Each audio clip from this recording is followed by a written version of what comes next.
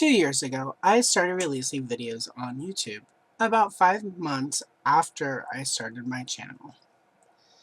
In the beginning, I planned on being way more on the adult collector side of YouTube, with a focus on vintage toys and retro-inspired lines. I was going to do reviews and character profiles and toy history. I was going to share the custom figures I was making, and thought, well, maybe I'd do something with my vintage coloring book collection, because nobody is doing anything with vintage coloring books. Not even the ones attached to the various toy properties from the 1970s, 80s, and 1990s.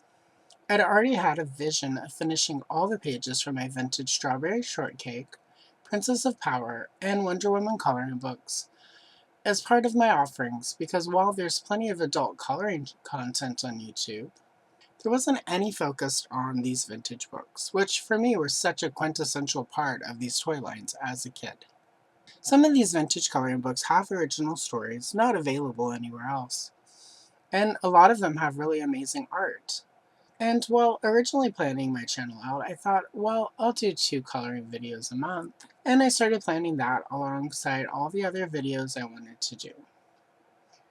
And then I got overwhelmed by all of the planning and realized that there were a lot of people making content almost exactly like what I wanted to make. And I was having a lot of fun filming the coloring videos while trying to figure out how to package the rest of my content in a way that felt true to myself, but also not like anything anyone else was doing. Also, I didn't have a really cool setup for action figure reviews. I didn't have a lazy Susan to spin my figures around on. I didn't have a cool display background behind me. And just how did I make something different than what everyone else was doing? My friend Brick Something, who has a great channel by the way, told me I should just start releasing videos. What kind of videos? He didn't say. But he did say it wasn't going to get any easier and I should just take the leap and start dropping videos. And I had already filmed a bunch of coloring videos, but they were long. And if I used time-lapse setting on my phone, 3 hours of coloring turned into less than a minute. And then I realized YouTube had shorts. And so I started making shorts and releasing them every day for a year to get in the habit of making content. And I started branching out a little bit in that time, doing villain obscura videos about really obscure villains from my favorite toy lines, scanning my old collection of vintage toy booklets, and turning those into videos for people to enjoy, and just sort of figuring out what kind of content I really wanted to make. And it's been a great 2 years.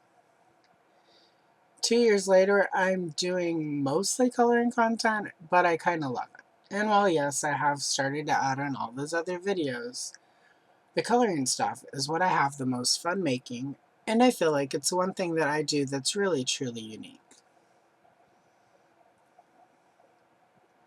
So now that my 2 year anniversary on this platform was getting close, I knew I wanted to do something fun to celebrate how far I've come in 2 years.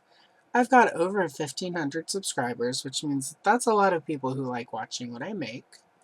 And I've hit the monetization threshold, which means you'll probably have to watch some ads as part of this video. I apologize for that, but the 2 or 3 pennies I make on a video, it helps me buy art supplies and vintage coloring books. And I've actually built a really fun community of people around me. People who come and hang out on live streams, who comment on videos, who just enjoy the unique content that I make. So I should celebrate, right? So I decided I should do something very YouTube-y and make a 2 year anniversary video, but something that would be fun and lean into the coloring content.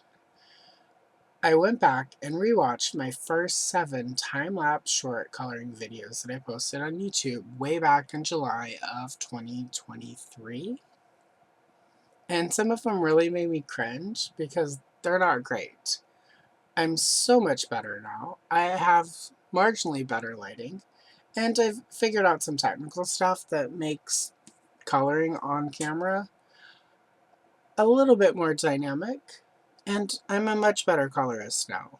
So I found those original 7 pages and removed them from the Trapper Keepers they live in, and I'm going to redo all 7 so I can see how much I've improved.